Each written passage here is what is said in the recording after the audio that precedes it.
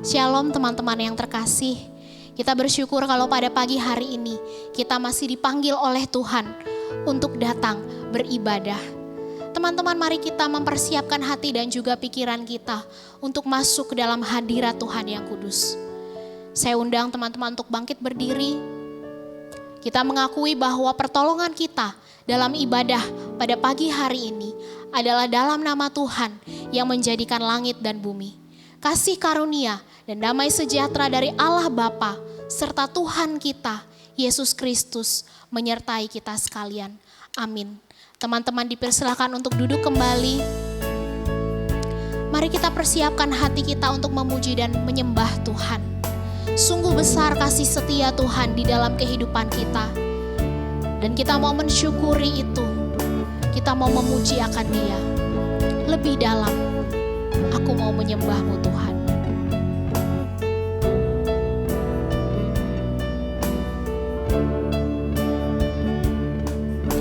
Sungguh besar setiamu, nyata di sepanjang hidupku. Darah-Mu telah layakkan kehidupanku.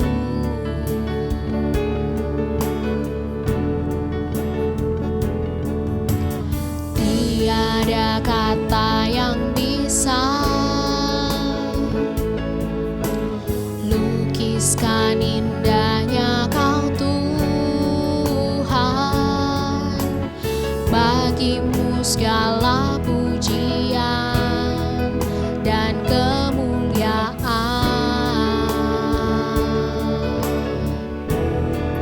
Ku tinggikan Engkau Tuhan, melebihi segalanya. Lebih dalam ku menyembah, dalam roh dan kebenaran selamanya.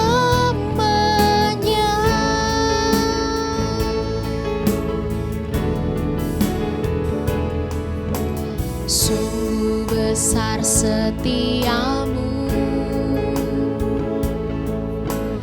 nyata di sepanjang hidupku.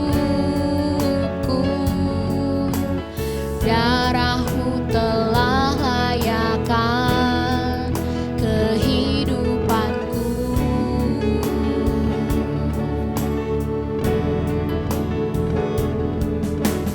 Tiada kata yang bisa lukiskan indahnya Kau Tuhan. Bagimu segala pujian dan kemuliaan.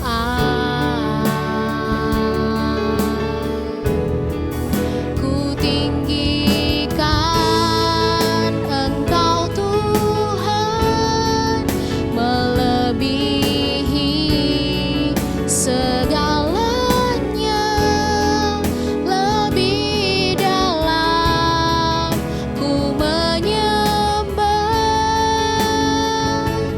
dalam roh dan kebenaran. Ku tinggikan Engkau Tuhan, melebihi segalanya.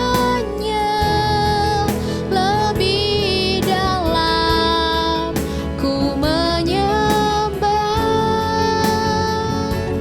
dalam roh dan kebenaran selamanya.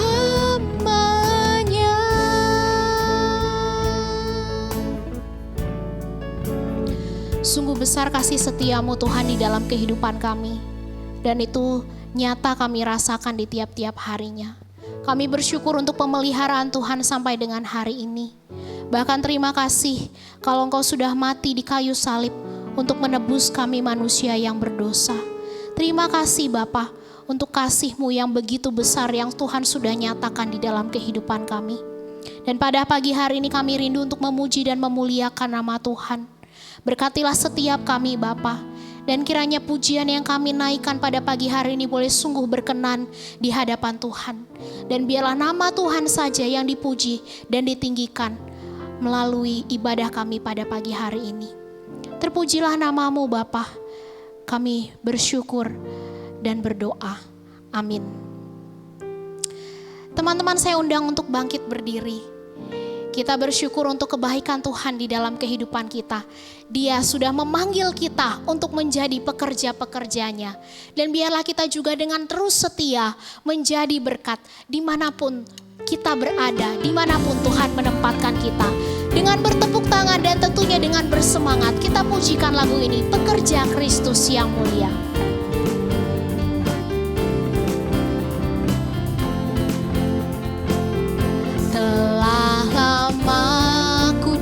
Cari langkah hidup yang lebih pasti, hidup penuh kemenangan setiap hari.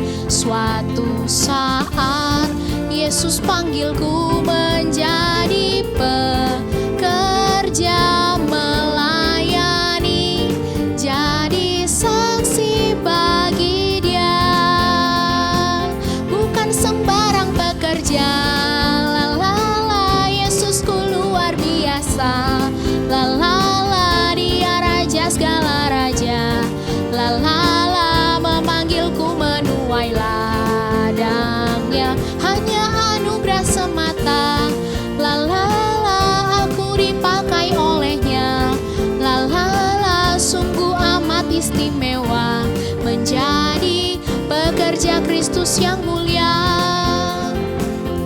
Telah lama ku cari-cari langkah hidup yang lebih pasti, hidup penuh kemenangan setiap hari. Suatu saat Yesus panggilku menjadi pekerja melayani, jadi saksi bagi Dia.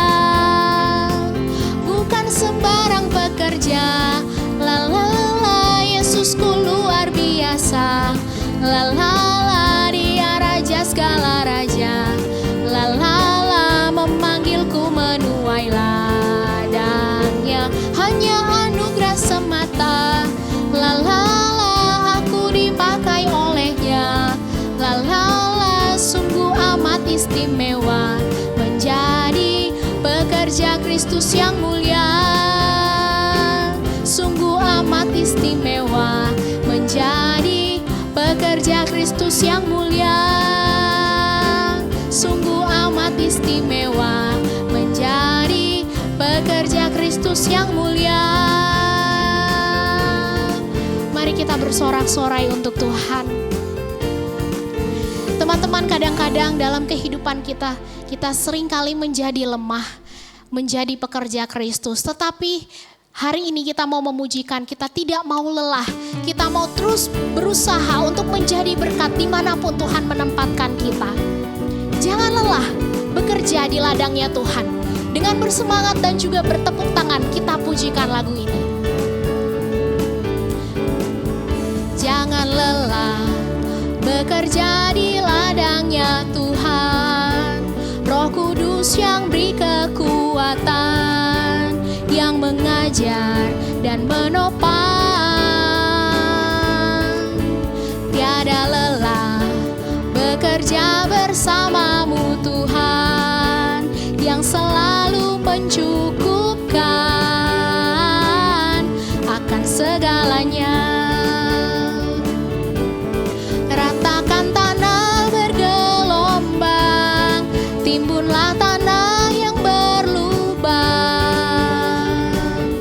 menjadi siap dibangun.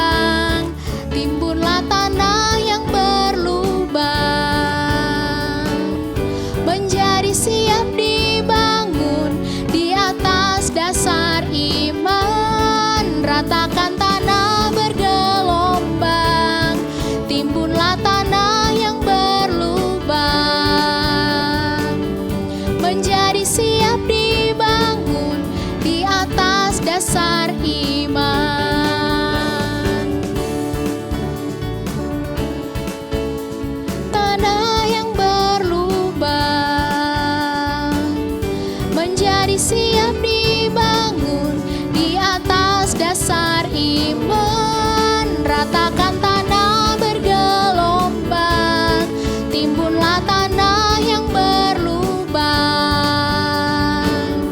menjadi siap dibangun di atas dasar iman. Mari kita bersorak untuk Tuhan. Teman-teman dipersilakan untuk duduk kembali. Kita mau persiapkan hati kita, mendengarkan kebenaran firman Tuhan yang akan disampaikan oleh hamba-Nya. Kita rindu dalam menjalani kehidupan kita, kita menjadi seperti apa yang Tuhan inginkan. Mari kita pujikan seperti yang Kau ingini. Bukan dengan barang fana Kau membayar dosaku, dengan darah yang mahal, tiada noda dan celah. Bukan dengan emas perak Kau menebus diriku, oleh segenap kasih dan pengorbananmu, ku telah mati dan tinggalkan cara hidupku yang lama. Semuanya sia-sia dan tak berarti lagi. Hidup ini ku letakkan pada mezbah-Mu ya Tuhan. Jadilah padaku seperti yang Kau ingini. Jadilah padaku seperti yang Kau ingini. Jadilah padaku seperti yang Kau ingini.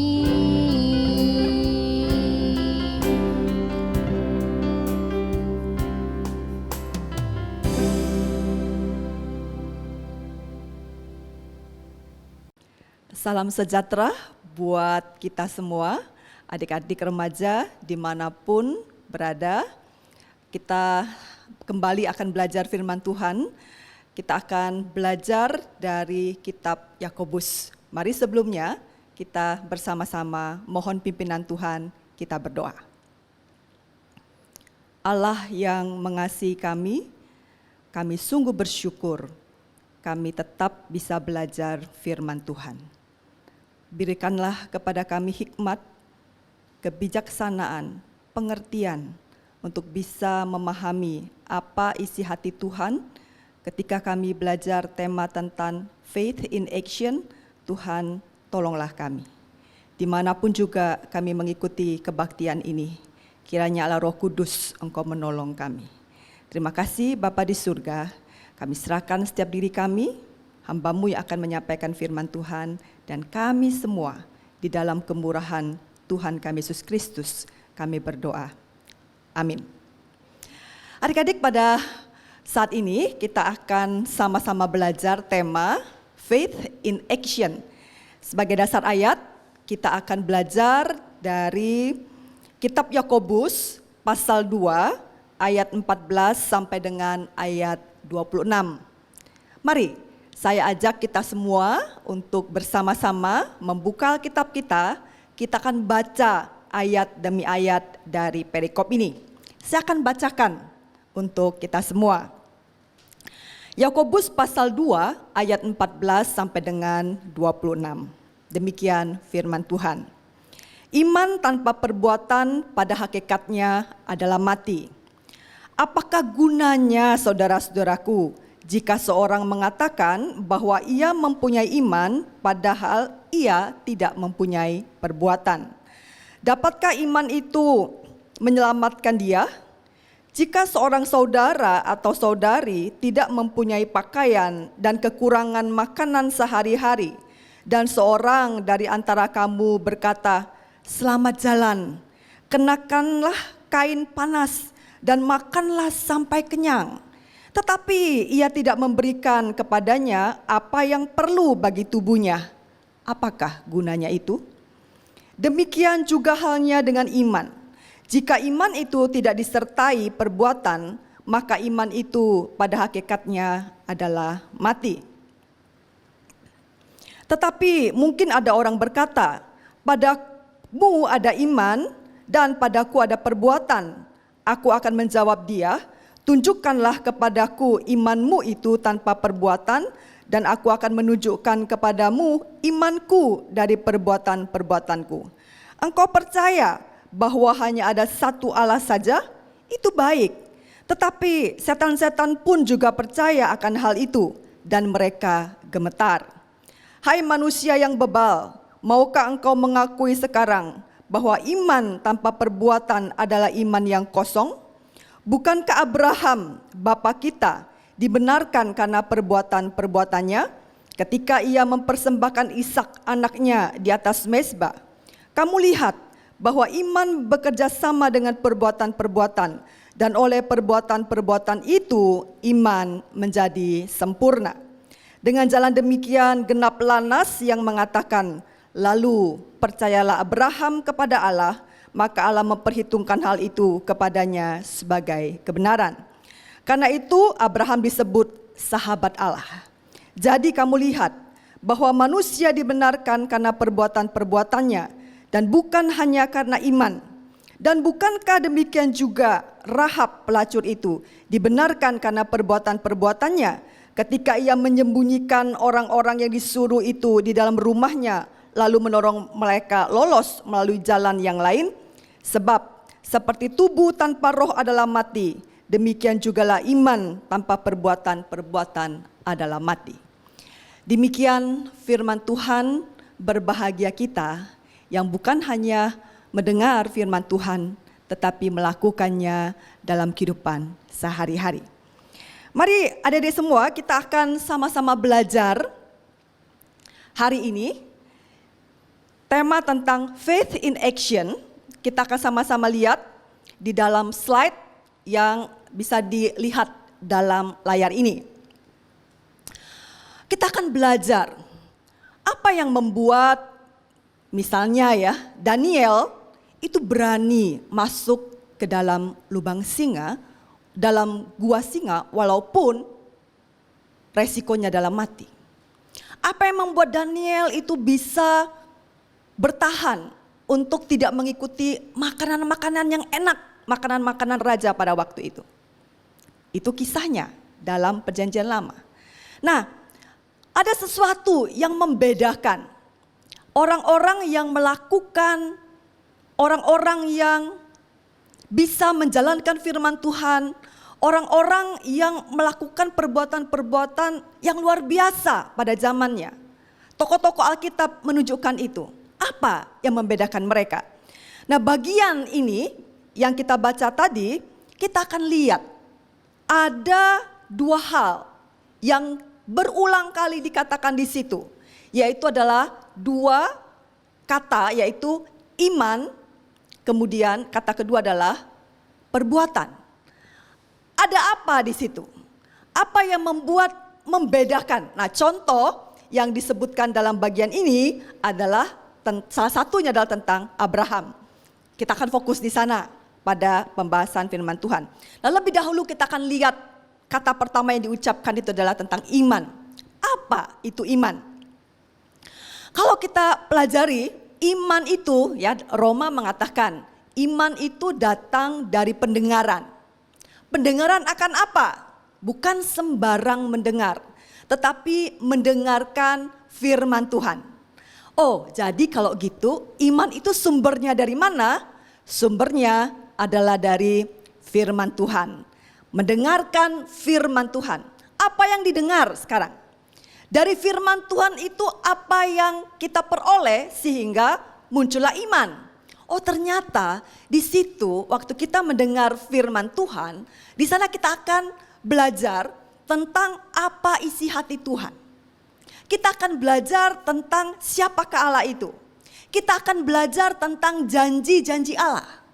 Nah, jadi berarti pada waktu kita mendengar firman Tuhan, kita akan belajar tentang janji Allah. Kita akan belajar tentang karakter Allah di situ.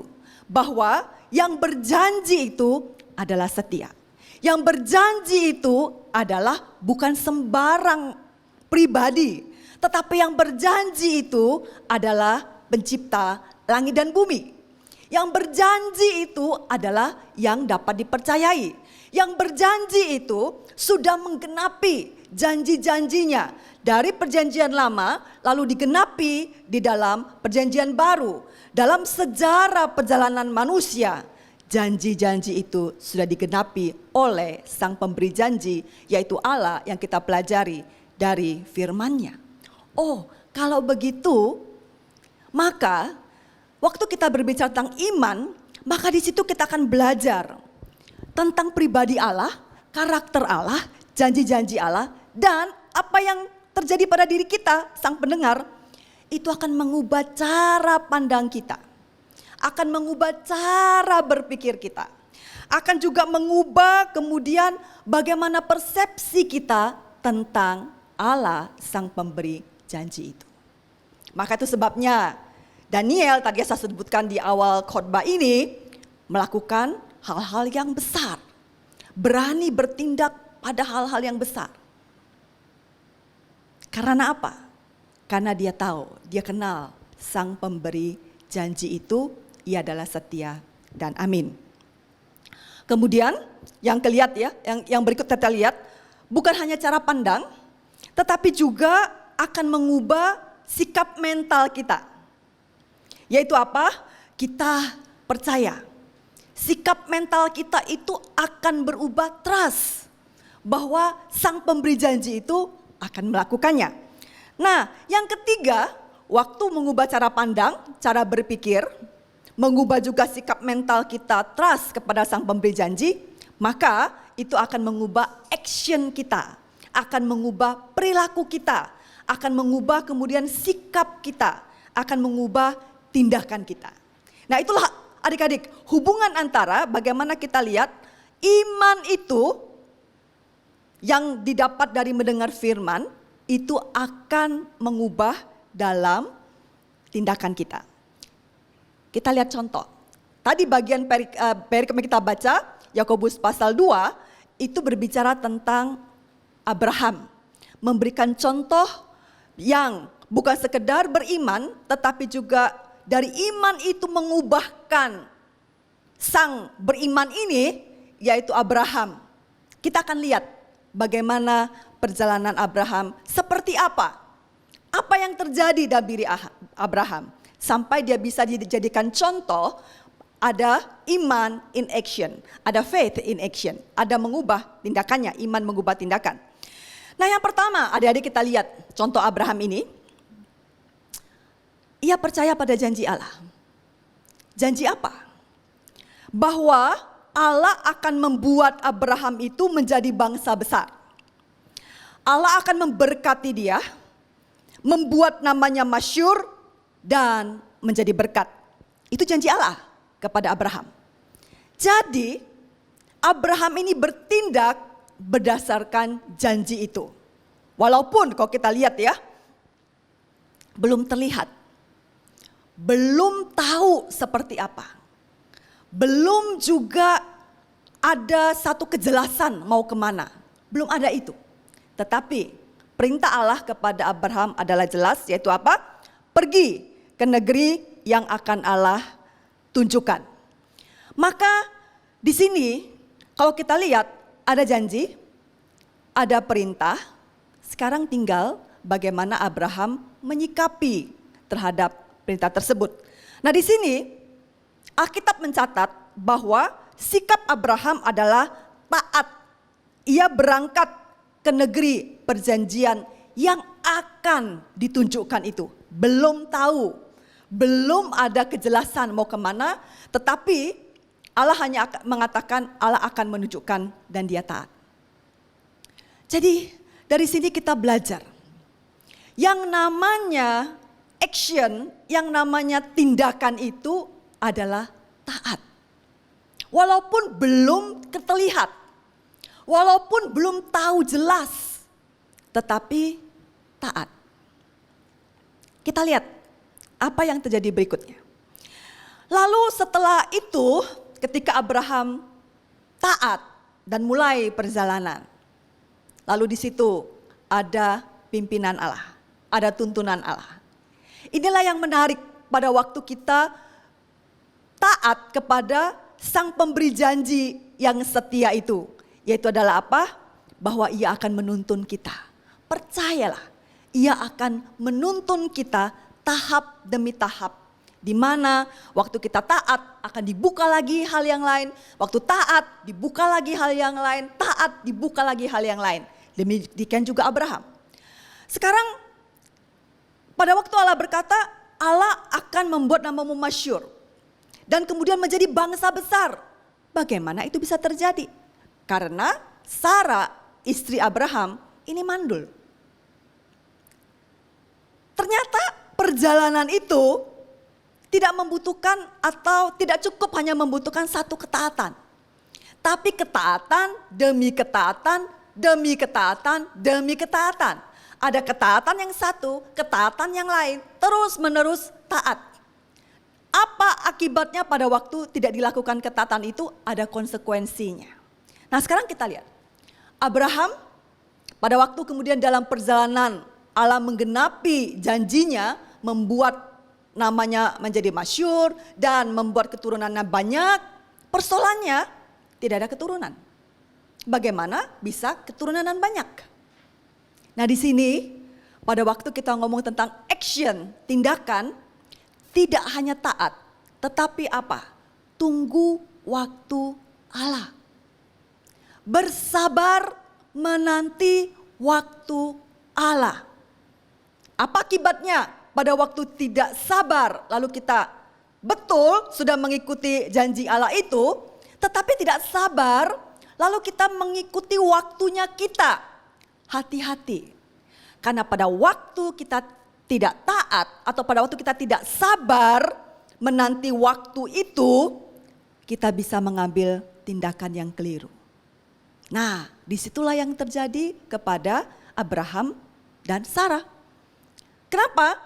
Pada zaman mereka hidup itu sudah biasa.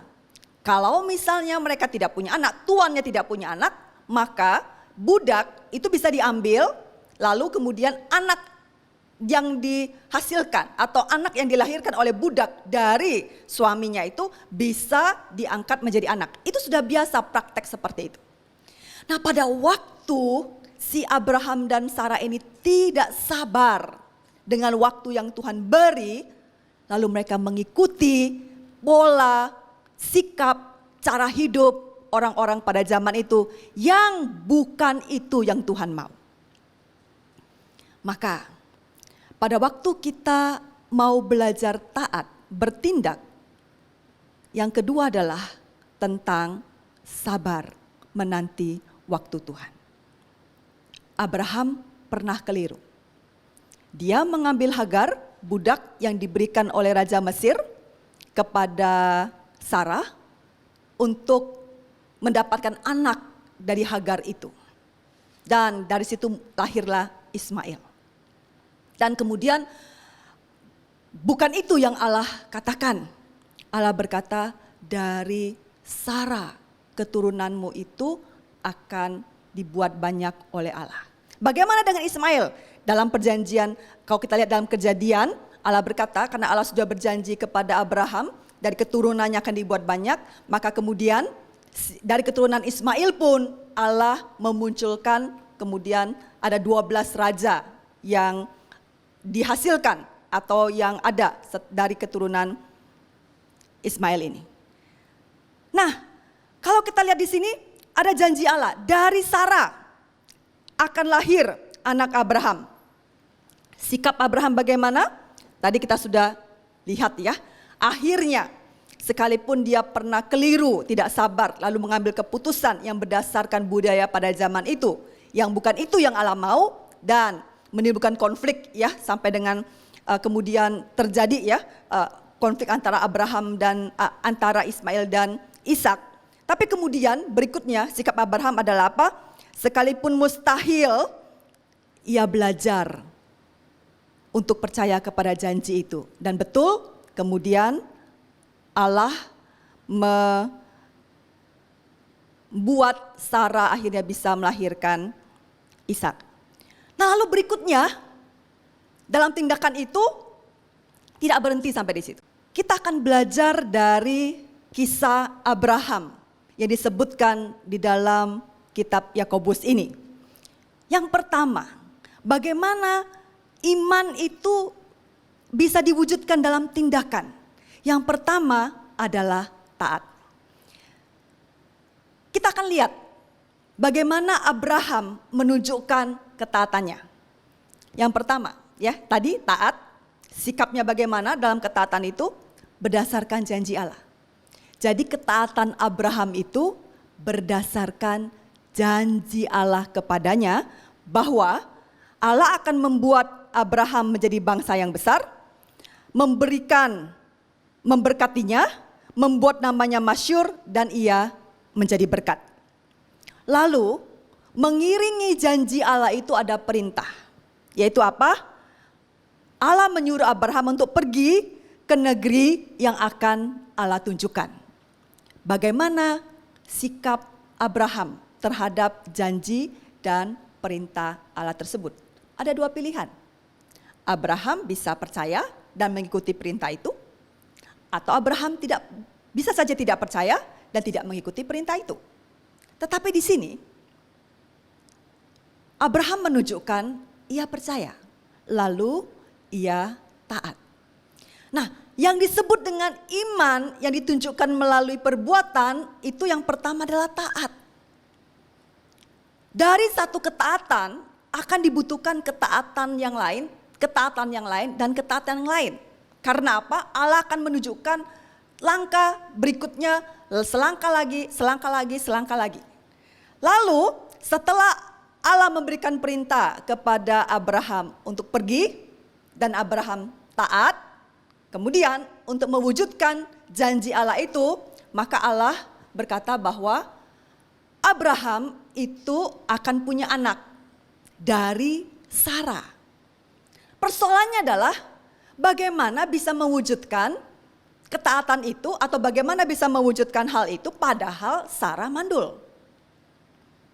Disitulah butuh yang namanya selain ketaatan, tetapi yang kedua adalah sabar menunggu waktunya Allah. Di situ Allah sudah jelas mengatakan dari Sarah akan muncul, akan Allah buat keturunannya menjadi besar. Pernah satu kali Abraham ini dia tidak sabar. Taat sudah, tapi dia tidak sabar. Dia percaya Allah memberikan keturunan. Tetapi persoalannya dia tidak sabar bahwa itu akan dari Sarah yang mandul itu. Maka pada waktu ujian waktu ini bisa saja mengambil keputusan yang salah. Kenapa? Tidak sesuai dengan realitas. Bagaimana bisa mandul punya anak sudah tua lagi? Tidak mungkin.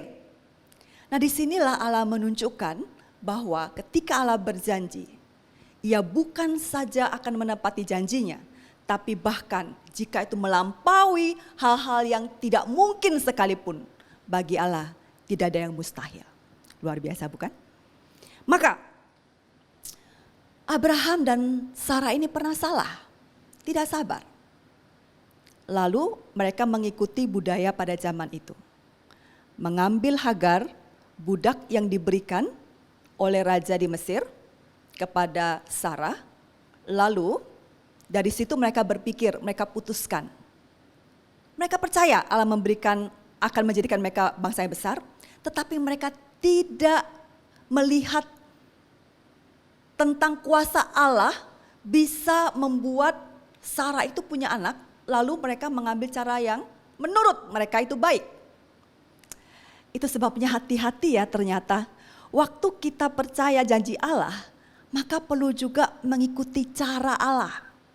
Sabar dengan waktu Allah, tapi cara Allah, bukan cara kita. Bukan menurut kebijakan kita, bukan menurut hikmat kita, bukan. Tetapi dalam ketaatan itu kita akan mengikuti juga cara Allah dan waktunya Allah. Ketika tidak terjadi, ketika mereka tidak melakukan itu, mereka tidak sabar, mereka tidak mengikuti cara Allah, mereka mengambil keputusan yang salah dan timbul masalah. Kenapa? Berikutnya kita tahu kisah yang terjadi antara Hagar dengan Sarah. Ada pertengkaran, ada kemudian kekerasan di situ terjadi, lalu kemudian ada juga masalah antara Ismail dengan Ishak dan seterusnya. Lalu itulah yang menjadi salah satu pemicu dari konflik yang berkepanjangan. Karena Abraham pernah tidak sabar dan mengambil keputusan berdasarkan cara yang pada waktu itu dianggap legal. Karena sudah biasa menurut hukum pada waktu itu, budak jika melahirkan anak bagi tuannya, maka anak itu bisa diambil menjadi anak tuannya. Tapi bukan itu yang Allah mau. Nah, belajar dari situ Abraham kemudian ditegur oleh Allah. Karena Allah kemudian mengulangi kembali janjinya. Bukan dari Hagar, tetapi dari Sarahlah Abraham itu akan mempunyai keturunan yang banyak. Dan ketika Abraham percaya, ia mulai melihat bagaimana Allah menggenapi janjinya sekalipun mustahil. Di mana kemudian Sarah yang mandul yang sudah tua itu lalu bisa melahirkan anak yang dipanggil dengan Ishak. Apakah berakhir? Enggak.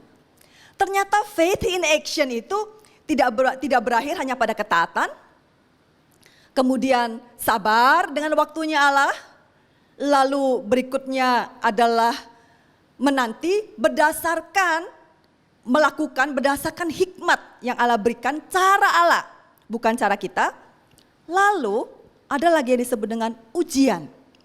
Di mana kemudian di sana anak yang sudah dilahirkan susah payah itu, kemudian anak yang merupakan perjanjian itu, lalu Allah minta kepada Abraham untuk dipersembahkan. Kebayang gak ya? Allah udah berjanji dan udah digenapi. Sekarang anak yang dilahirkan itu diminta untuk dipersembahkan. Padahal anak itu masih muda. Bagaimana Abraham ini akan punya keturunan dari anak ini? Disitulah kemudian ujian tentang kepercayaan, tentang trust. Dan kita lihat bagaimana hasilnya ketika Abraham melewati ujian ini. Lalu, adik-adik bisa lihat di slide di bawah ini ya. Sikap Abraham ketika dia diuji, ia rela mempersembahkan Ishak. Ia tetap taat dalam ujian itu untuk mempersembahkan Ishak. Mengapa ia percaya? Mengapa ia mau mempersembahkan Ishak? Alkitab mencatat di dalam Ibrani pasal 11 ayat 19 dikatakan Abraham rela mempersembahkan Ishak karena ia percaya Allah berkuasa membangkitkan Ishak. Kita lihat sekarang iman percaya Abraham itu sudah semakin bertumbuh. Bukan hanya percaya bahwa Allah mampu menggenapi janjinya, tapi ia percaya Allah dalam melakukan janjinya itu bisa membuat perkara-perkara yang luar biasa. Perkara-perkara yang mustahil, tetapi itu tidak bagi Allah. Tidak ada yang mustahil bagi Allah. Di mana kemudian di sana Abraham percaya Allah berkuasa untuk membangkitkan Ishak dari antara orang mati. Jadi tetap keturunannya itu adalah dari Ishak. Adik-adik, di sini kita lihat prinsip-prinsip pada waktu kita mau belajar tentang yang namanya faith in action. Belajar tentang iman itu diwujudkan dalam perbuatan. Bahwa iman dan perbuatan itu berjalan bersama-sama. Tidak bisa iman saja, tetapi juga iman itu disertai perbuatan. Kalau iman saja tanpa perbuatan itu mati. Tetapi perbuatan saja tanpa iman itu dia akan bisa melakukan hal-hal yang bukan di dalam rencana Allah. Maka dua-dua itu bisa atau harus berjalan bersama-sama. Maka kita belajar prinsipnya adalah apa? Satu, ada janji Allah di situ. Jadi apapun yang kita lakukan itu berdasarkan janji Allah. Yang berikut adalah dalam janji Allah itu nanti akan ada perintah. Nah, di dalam perintah itulah kita belajar taat. Nah, dalam taat itu nanti di dalamnya itu akan ada ujian dari ini ya, bagaimana kita sabar untuk menanti waktu Allah. Bagaimana kemudian waktu dalam taat itu kita akan melakukannya menurut cara Allah. Nah, kadang-kadang ada ujian. Bagaimana pada waktu ujian itu kita akan tetap percaya apa yang Allah katakan itu adalah iya dan benar. Sekalipun ada resikonya. Tetapi bersama Allah bisa ditanggung. Kita bisa menanggung segala hal. Itu bersama Allah yang memberikan kekuatan dan yang memberikan janji itu. Oke, adik-adik, itu kan kisah Abraham. Bagaimana dengan zaman kita sekarang? Apakah realistis? Apakah yang dikatakan Alkitab ini bagaimana ketika diterapkan dalam kehidupan pada zaman sekarang? Nah, kita akan belajar satu contoh dari seorang yang bernama Billy Graham. Ini Billy Graham ini dikenal ya sebagai penginjil besar. Bagaimana ia sudah memperkenalkan Kristus, memberitakan kabar baik, dan kemudian itu sudah membawa orang mengenal kepada Kristus. Nah, Billy Graham ini sudah baru meninggal 2 tahun yang lalu. Ia lahir pada 7 November 1918, meninggal 21 Februari tahun 2018. Dalam pelayanannya, dalam imannya kepada Allah, dalam ia mengenal Allah, maka kemudian ia menemukan satu prinsip adalah begini. Christianity is not a white man's religion. Christ belongs to all people. Kristen bukan agama orang kulit putih. Kristus ini milik semua bangsa.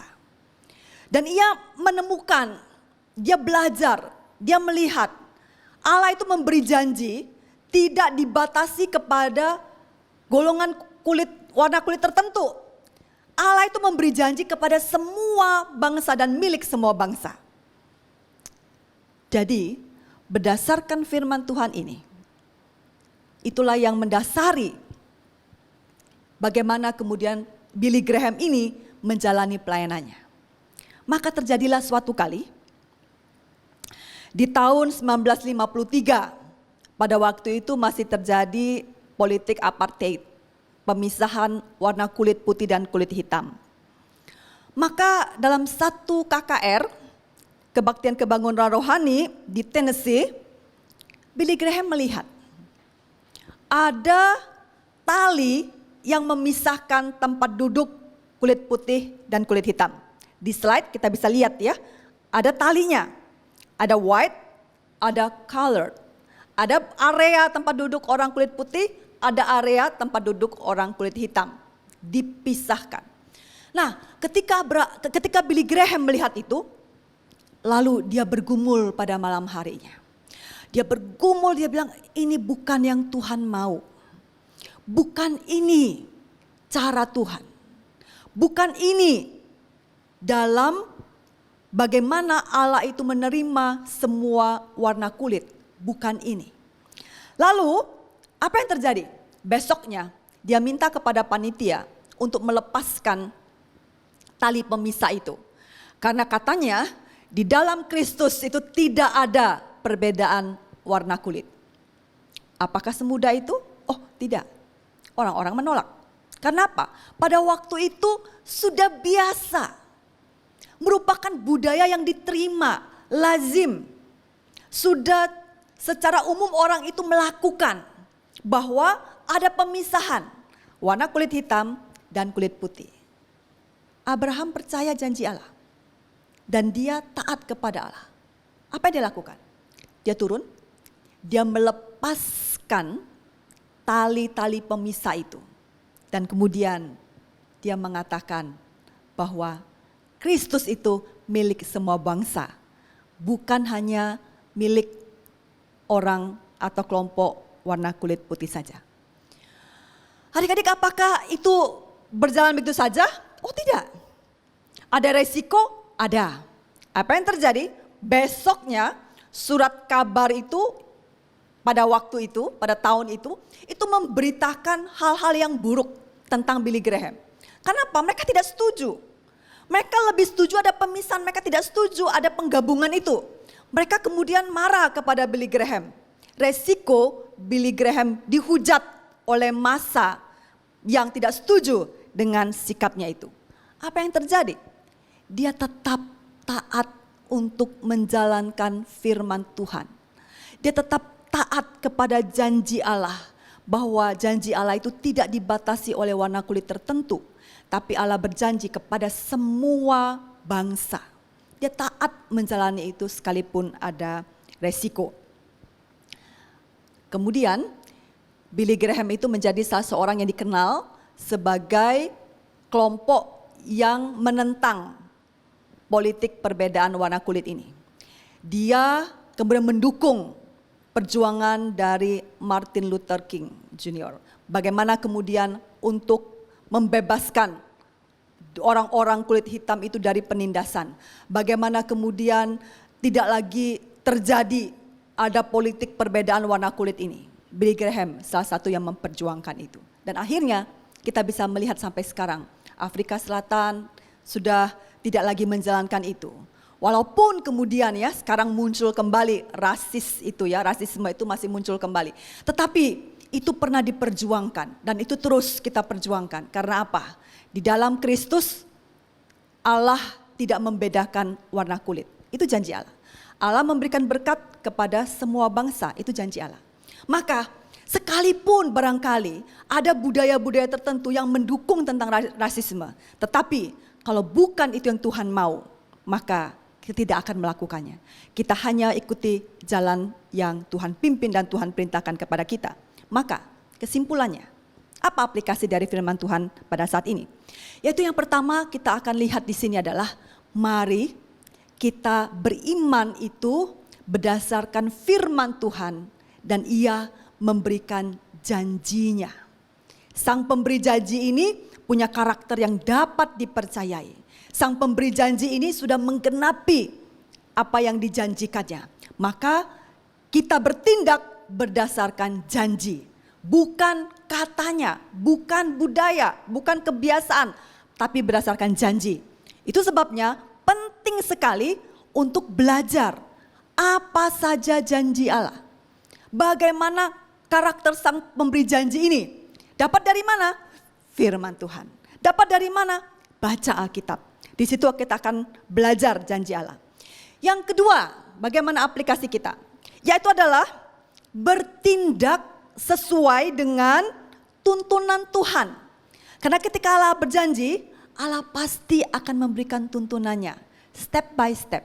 Sekalipun barangkali tidak langsung jelas ya. Tetapi barangkali Allah bisa tuntun dengan step by step. Taati saja. Sabar dengan waktunya Allah. Ikuti cara Allah. Tanya kepada Allah. Diskusi dengan Allah. Bagaimana cara yang tepat yang Allah mau. Sekalipun antara realitas dengan janji itu barangkali ada pertentangan.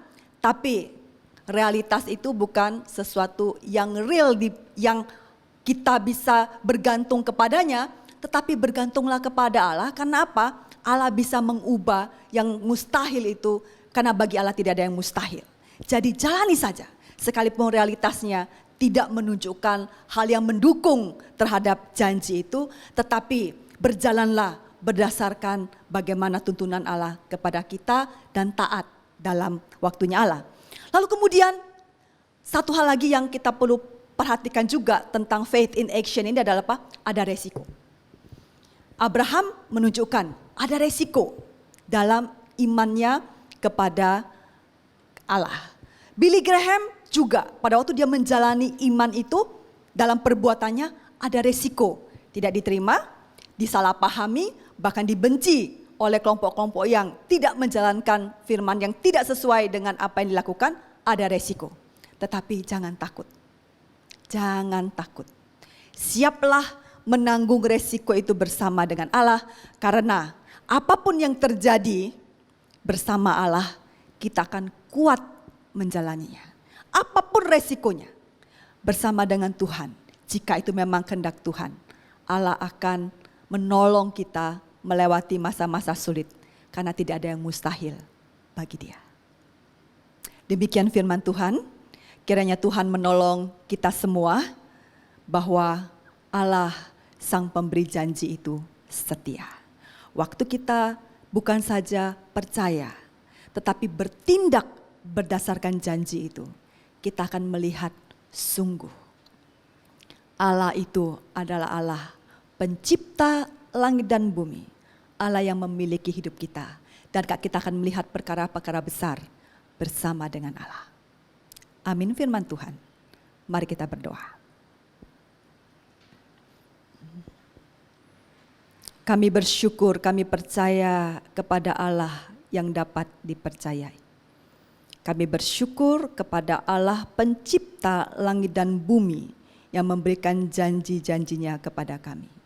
Kami bersyukur kami diberi kesempatan untuk bisa menikmati janji-janji Allah itu ketika kami taat melakukannya.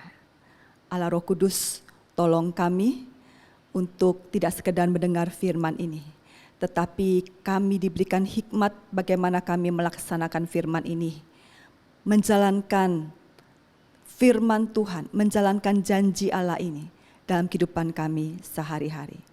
Tuhan berkati anak-anak remaja, adik-adik remaja dimanapun mereka berada. Biarkan mereka yang saat ini dalam pergumulan, Tuhan tolong mereka untuk percaya kepada janji Allah. Bagaimana mereka juga paham tentang janji Allah. Dan mereka dengan setia, taat, menunggu waktu Allah, mengikuti cara Allah, dan siap menanggung resiko bersama dengan Allah. Karena Engkau adalah Allah yang dapat kami percayai. Terima kasih Bapa di surga, kami bersyukur berfirman Tuhan pada saat ini. Demi nama Yesus Kristus kami berdoa.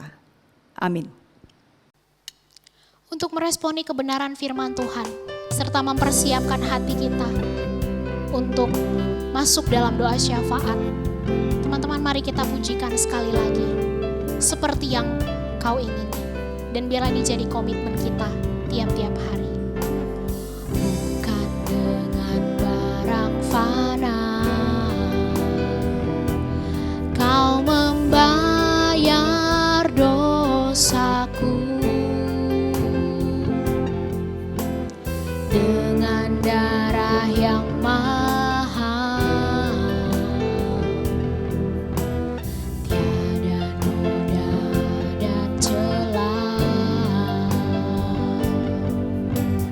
Bukan dengan emas perak Kau menebus diriku, oleh segenap kasih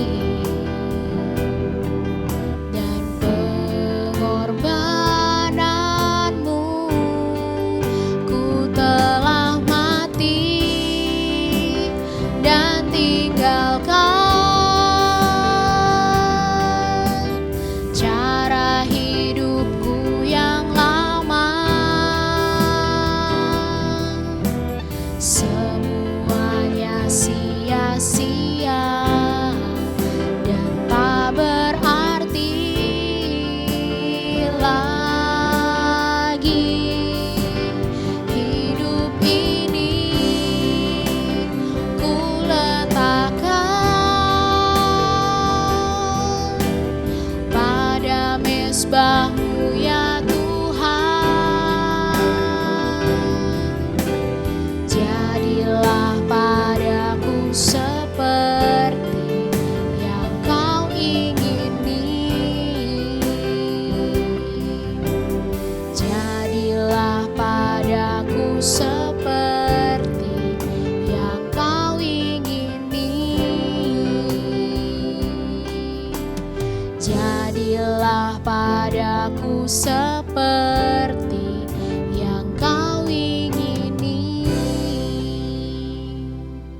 Teman-teman, mari kita berdoa. Bapa, kami bersyukur buat kebaikan Tuhan di dalam kehidupan kami. Terima kasih kalau Tuhan masih peliharakan kami sampai dengan hari ini. Bapa, pada pagi hari ini kami mau berdoa untuk persekutuan remaja dan juga pemuda yang akan diadakan hari Sabtu besok tanggal 29. Kiranya Tuhan memberkati persekutuan kami ini, agar melalui persekutuan ini juga kami boleh semakin bertumbuh di dalam Tuhan. Relasi kami dengan sesama anggota tubuh Kristus itu juga boleh semakin erat terjalin. Kami juga rindu agar Tuhan senantiasa memberikan kami semangat untuk membangun relasi kami dengan Tuhan. Baik itu melalui disiplin rohani yang kami lakukan secara pribadi atau juga melalui persekutuan serta ibadah yang kami ikuti.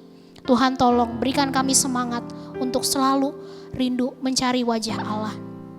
Kami mau berdoa untuk penanganan COVID di Indonesia. Mohon anugerah Tuhan. Ada banyak usaha-usaha yang sudah dilakukan oleh pemerintah sampai dengan sejauh ini. Dan kiranya usaha-usaha ini juga Tuhan sendiri yang menolong dan memberkati. Sehingga hasilnya pun boleh membuahkan yang positif bagi Indonesia. Dan Tuhan juga tolong supaya kami masyarakat bisa belajar untuk taat, menaati setiap aturan-aturan yang sudah diberikan oleh pemerintah. Kami juga berdoa untuk pemerintahan kami, kiranya Tuhan memberikan kepada mereka hikmat dalam menjalankan tugas dan juga tanggung jawab yang harus mereka kerjakan. Ada banyak tantangan, tapi kiranya Tuhan sendiri yang senantiasa menolong mereka. Dan terima kasih pagi hari ini kami diberikan kesempatan untuk memberikan persembahan. Kami tahu ini tidak seberapa dibandingkan dengan kebaikan Tuhan, tapi kami mau belajar untuk memberi yang terbaik untuk Tuhan. Terima kasih Bapa, terpujilah namamu. Dalam nama Yesus kami sudah berdoa. Amin. Teman-teman, saya undang untuk bangkit berdiri. Mari bersama-sama kita pujikan doksologi.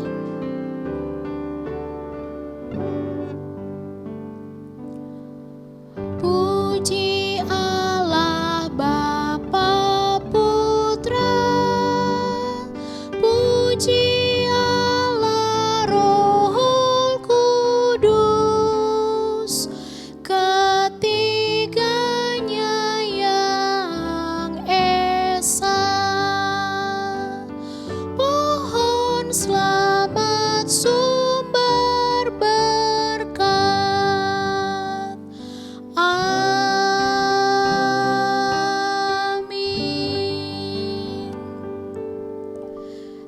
yang terkasih, pulanglah ke dalam kehidupanmu sehari-hari dengan tetap terus mengingat kebenaran firman Tuhan dan jadilah seperti apa yang Tuhan inginkan. Terimalah berkat-Nya. Tuhan memberkati engkau dan melindungi engkau. Tuhan menyinari engkau dengan wajah-Nya dan memberikan engkau kasih karunia. Tuhan menghadapkan wajah-Nya kepadamu dan memberi engkau damai sejahtera. Dari sekarang sampai Maranatha. Amin.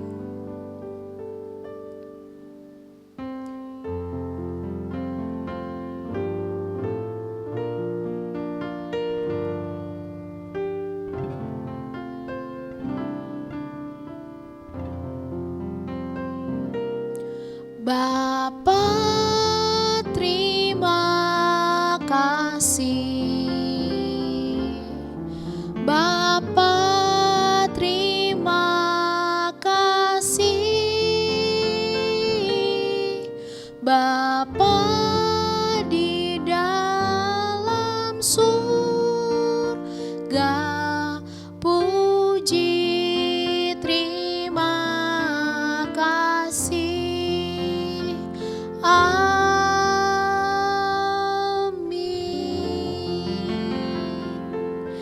Teman-teman dipersilakan untuk duduk kembali, silakan bersaat teduh sejenak. Tuhan Yesus memberkati saudara dengan saya. Selamat hari Minggu.